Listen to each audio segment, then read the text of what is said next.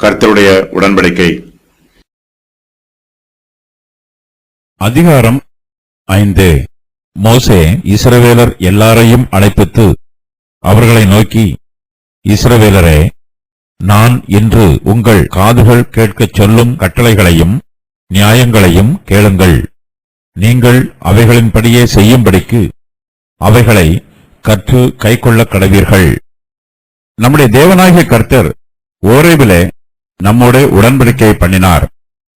அந்த உடன்படிக்கையை கர்த்தர் நம்முடைய பிதாக்களுடன் பண்ணாமல் இந்நாளில் இங்கே உயிரோடு இருக்கிற நம் எல்லோரோடும் பண்ணினார். கர்த்தர் மலையிலே அக்கினி நடுவிலிருந்து முகமுகமாய் உங்களோட பேசினார். கர்த்தருடைய வார்த்தையை உங்களுக்கு அறிவிக்கும்படி அக்காலத்திலே நான் கர்த்தருக்கும் உங்களுக்கும் நடுவாக நின்றேன். நீங்கள் அக்கினிக்கு பயந்து மலையில் ஏறாமல் இருந்தீர்கள். அப்பொழுது அவர் சொன்னது என்னவென்றால், மோசே இஸ்ரவேலர் எல்லோரையும் அழைப்பித்து அவர்களை ஒன்றாய் கூட்டி அவர்களோடு கர்த்தருடைய உடன்படிக்கையின் வார்த்தைகளை சொல்லுகிறார்.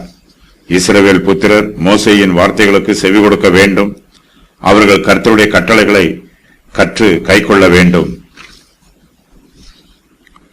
மோசே இஸ்ரவேலர் எல்லோரையும் அழைப்பித்து அவர்களை நோக்கி, இஸ்ரவேலரே, நான் இன்று உங்கள் காதுகள் கேட்க சொல்லும் கட்டளைகளையும் நியாயங்களையும் கேளுங்கள்.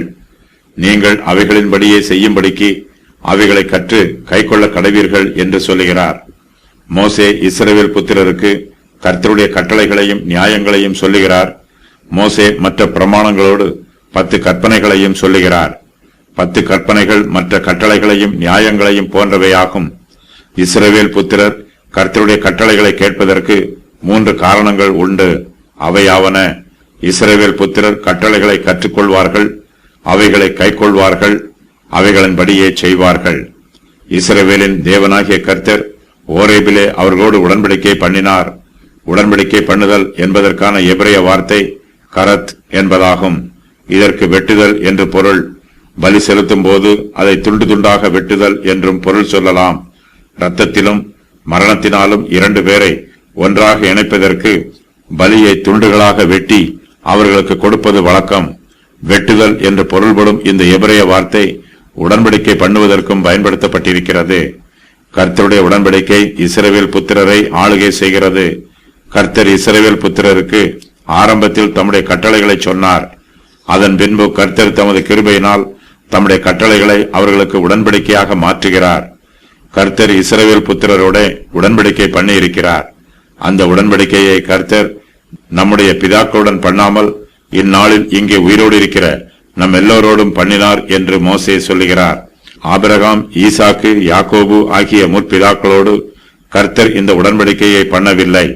கர்த்தர் அந்த உடன்படிக்கையை இங்கே இந்நாளில் உயிரோடு இருக்கிற இவர்கள் எல்லோரோடும் பண்ணி இருக்கிறார். சீனாய் மலையில் கர்த்தர் இஸ்ரவேல் புத்திரரோட இந்த உடன்படிக்கையை பண்ணி இருக்கிறார். இப்போது உயிரோடு இருக்கிற இவர்களுடைய பிதாக்களோடு கர்த்தர் சீனாய் மலையில் உடன்படிக்கை பண்ணினார். அந்த உடன்படிக்கைக்கு இப்போது உயிரோடு இருக்கிற இஸ்ரவேல் புத்திரரும் கீழ்ப்படிய வேண்டும். நம்முடைய உடன்படிக்கையை கர்த்தர் தாமே இஸ்ரவேல் புத்திரருக்கு சொன்னார். கர்த்தர் மலையிலே அக்கினியின் நடுவிலிருந்து முகமுகமாய் உங்களோட பேசினார் என்று மோசே சொல்லுகிறார். 40 வருஷங்களுக்கு முன்பு நடைபெற்ற சம்பவத்தை மோசே இங்கு கூறுகிறார். கர்த்தர் இஸ்ரவேல் புத்திரரோடு முகமுகமாகவும் பேசினார். அவர் அவர்களோடு ஒவ்வொரு வார்த்தையையும் சொன்னார்.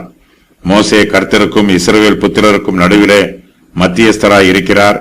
கர்த்தருடைய வார்த்தையை உங்களுக்கு அறிவிக்கும்படி அக்காலத்திலே நான் கர்த்தருக்கும் உங்களுக்கும் நடுவாக நின்றேன் என்று மோசே சொல்லுகிறார்.